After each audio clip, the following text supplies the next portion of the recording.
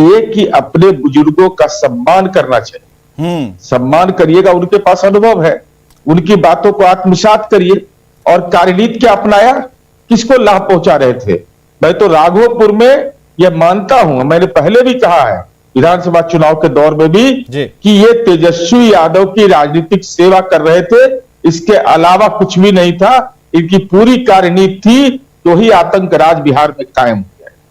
चलिए, 5 वजहों को बताने के बाद कृष्ण कुमार कल्लू जी, एक सवाल आपके ऊपर फिर छोड़ते हैं। ये सुबह शाम वाली बात से जरा हटिए और हमें जरा यह समझाइए कि जो थिंक टैंक रहे हैं चिराग पासवान के, सौरभ जी की हम बात कर रहे हैं, सौरभ पांडे की, क्या उन्हें लेकर भी जो तलखी थी जो निकलकर अब सामने आ रही है, इस बात को आप मान रहे हैं? कहीं ना कहीं कुछ ज्यादा समझा दिया होगा चिराग पासवान को उन्होंने।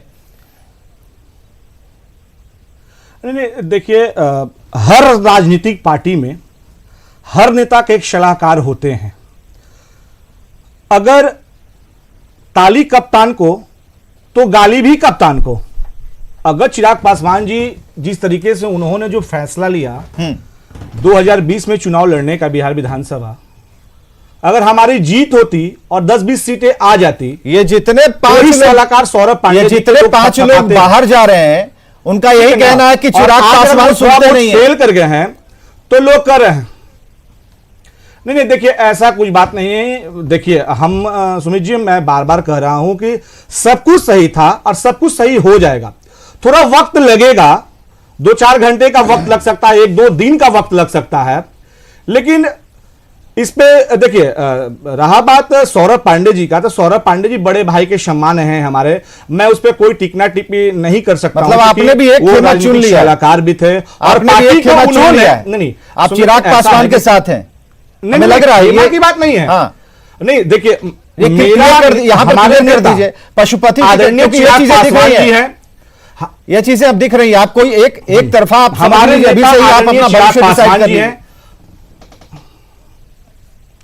नहीं, हम सुमित जी, ऐसा है कि हमारे नेता और लोक जनशक्ति पार्टी के राष्ट्रीय अध्यक्ष आदरणीय चिराग पासवान जी हैं और उस घर के अभिभावक पिता तुल्य आदरणीय पशुपति कुमार पारस हैं। हमारे लिए दोनों नेता सम्मान्य हैं, चूंकि जिस घर में गार्जियन ना हो वो घर अधूरा है।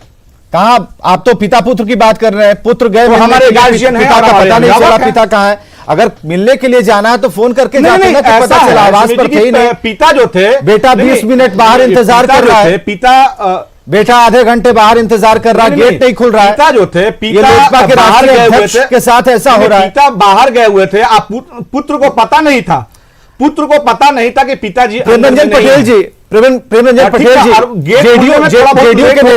जेडीयू के नेता मिल रहे हैं, हनुमान तो आपके थे, तो हमें जरा ये बताइए कि चिराग तो हनुमान जो थे अब अलग हो गए, और इस नई कहानी में जो 5 बिछड़े हुए किरदार जो हैं चिराग से, उनका मेल मिलाप जेडीयू के साथ जो बढ़ता जा रहा है, तो ये जो टकराव के बाद जो मिलन समारोह हो रहा है, इसके बारे में क्या राय है?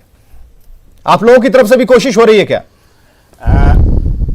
देखिए, नहीं, विवेक जी, ये लोक जनशक्ति पार्टी का अंदरूनी मामला है। इससे न भारतीय जनता पार्टी को कोई लेना देना न है, न जनता दल यू का। अब कौन पर्दे के पीछे हो सकते हैं, कौन पर्दे के आगे, मैं तो बस इतना ही जानता हूं कि जब विधानसभा चुनाव में चिराग पासवान जी अध्यक्ष होते हुए और उन्होंने निर्णय लिया चुनाव लड़ने का एनडीए के खिलाफ, तो उनके सांसद, उनके विधायक, उनके पार्टी के पदाधिकारी सभी लोग नाराज थे, इसलिए कि उनके इस निर्णय से कहीं ना कहीं एनडीए को नुकसान हो रहा था और महागठबंधन को मजबूती मिल रही थी। तो वो सब लोग चाहते थे इसलिए कि जो सांसद चुनाव जीत करके आए हैं वो एनडीए का पार्ट बन करके, एनडीए के घटक दल के रूप में जो ऐसे लोजपा थी लोकसभा चुनाव में, और उस आधार पर चुनाव जीत करके आए थे, तो उनको तो लग रहा था कि हम तो पार्ट हैं एनडीए का, लेकिन आज एनडीए का विरोध करना पड़ेगा, क्षेत्र में जाकर करके एनडीए के खिलाफ चुनाव लड़ना पड़ेगा और इसका लाभ जो है महागठबंधन को होगा। तो वो नाराजगी थी, उस नाराजगी का पदार्पण है ये, इसलिए मैं कह रहा हूं। लेकिन इससे हमको कोई लेना देना नहीं, भारतीय जनता पार्टी को। इनका अपना अंदरूनी मामला है। एलजेपी को कौन नेता होगा, संसदीय दल का कौन राष्ट्रीय अध्यक्ष होगा, कौन जो ऐसे क्या होगा, ये उनका मामला है, कैसे तय करेंगे जो ऐसे। तो आप लोग मिलने की कोशिश नहीं कर रहे हैं? जिस तरह से ललन बाबू जाकर मिल रहे हैं, बातचीत हो रही है, और आज से नहीं हो रही है, कई दिनों से हो रही है, आप लोगों की तरफ से कोशिश नहीं हो रही है? नहीं, मिलने की क्या आवश्यकता है? जो ऐसे अभी कोई ऐसी बात तो है नहीं। संख्या कौन नहीं चाहता है? जब वो हम लोगों पांचों उंगलियां अगर मुट्ठी बन जाए, कौन नहीं चाहता के खिलाफ लड़े? नहीं, संख्या वो लोकसभा में, मैंने तो कहा कि लोकसभा में लोजपा एनडीए का पार्ट था, हमारे साथ चुनाव मिलकर करके लड़े थे। विधानसभा में वो एनडीए के पार्ट नहीं थे। तो सांसद जो चुनाव जीत करके गए थे वो एनडीए के बदौलत ही गए थे, एनडीए के आधार पर ही गए थे। और हमारे तो साथ इसलिए वो अभी भी जो ऐसे वो अपने आप को सांसद एनडीए का ही पार्ट मान रहे हैं। चलिए, कृष्ण कुमार कल्लू जी, आप तो देख पा रहे हैं अभी तक आप, और संजय सराफ है हमारे साथ, पशुपति पारस के समर्थक है, जरा उनसे बात कर लेते हैं। संजय सराफ, कहां दिक्कत हो गई? अचानक से ये खबरें बढ़ती चली गई, टकराव की स्थिति, और आज तो मिले भी नहीं चाचा भतीजे एक दूसरे से, तो ये कब से चल रहा है ये सब? संजय सराफ जी, संजय सराफ जी, आप हमें सुन पा रहे हैं? जरा देखिए कहां तकनीकी खामियां, उनसे पट लेते हैं, उसके बाद हम आते हैं। प्रतिमा कुमारी जी विधायक कांग्रेस से हैं, कांग्रेस किस तौर पर इसे देख पा रही है? क्योंकि आपको तो लग रहा होगा कि देखिए जेडीयू, क्योंकि ये कहानी पहले से, अगर हम सुनाना शुरू करें तो ये 1 घंटे कम पड़ जाएंगे, ये कहां से ये कहानी शुरू होती है। लेकिन नीतीश कुमार कहीं नहीं है इस फ्रेम में, जो जेडीयू के राष्ट्रीय अध्यक्ष हैं इस फ्रेम में कहीं नहीं है, लेकिन काम हो गया जो चाह रहे थे। कांग्रेस इस पर क्या सोच रही है?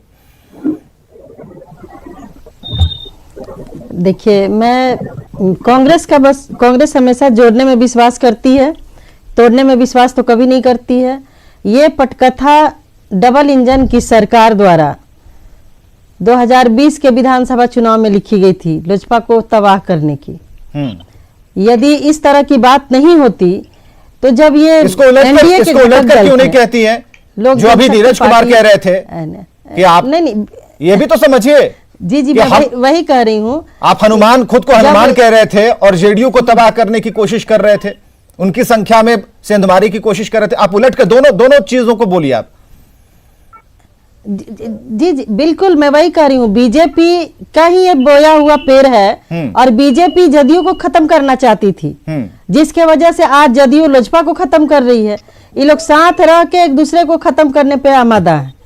अभी बीजेपी इसलिए नहीं बोलेगी क्योंकि बिहार का मामला नहीं, एक विधायक थे लोजपा के जिसको जदयू ने पहले ही अपनी सदस्यता ग्रहण करा ली।